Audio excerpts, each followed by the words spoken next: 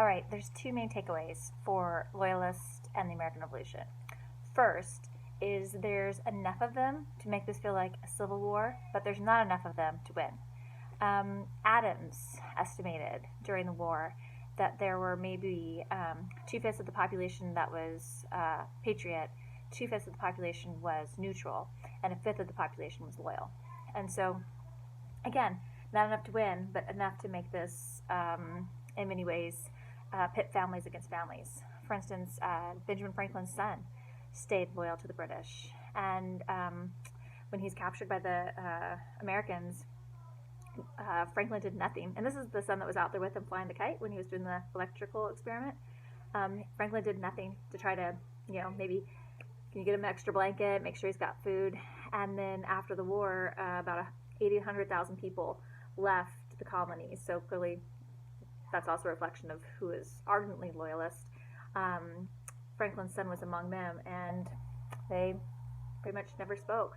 The rest of Franklin's life, his son tried to make amends, but Franklin wouldn't have anything to do with him.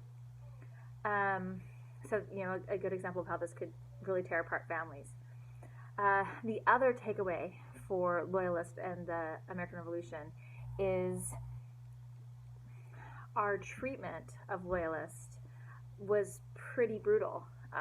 Tarring and feathering could, you're pouring hot tar over a person's body that's going to result in burns, and those burns could become infected. I mean, you could literally die from being tarred and feathered, even though it sounds kind of like silly. It's brutally, brutally painful and could result in death. And we found that, at least among some colonists, found that our treatment of the Loyalist could be pretty brutal.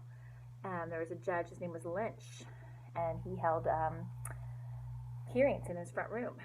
And if there was any suspicion about your loyalty to the Patriots, you could be lynched. Now, lynching in this period wasn't being hanged by the neck. Instead, they would hang you by your thumbs, which would result in dislocation and torture, but it wouldn't kill you.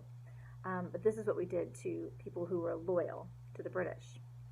And so, in this way, we can connect the American Revolution, our treatment of the Loyalist during the American Revolution, to the Bill of Rights.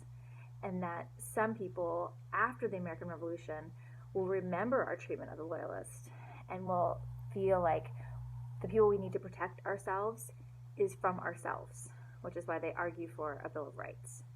So we'll see that in the next lecture module. Take care.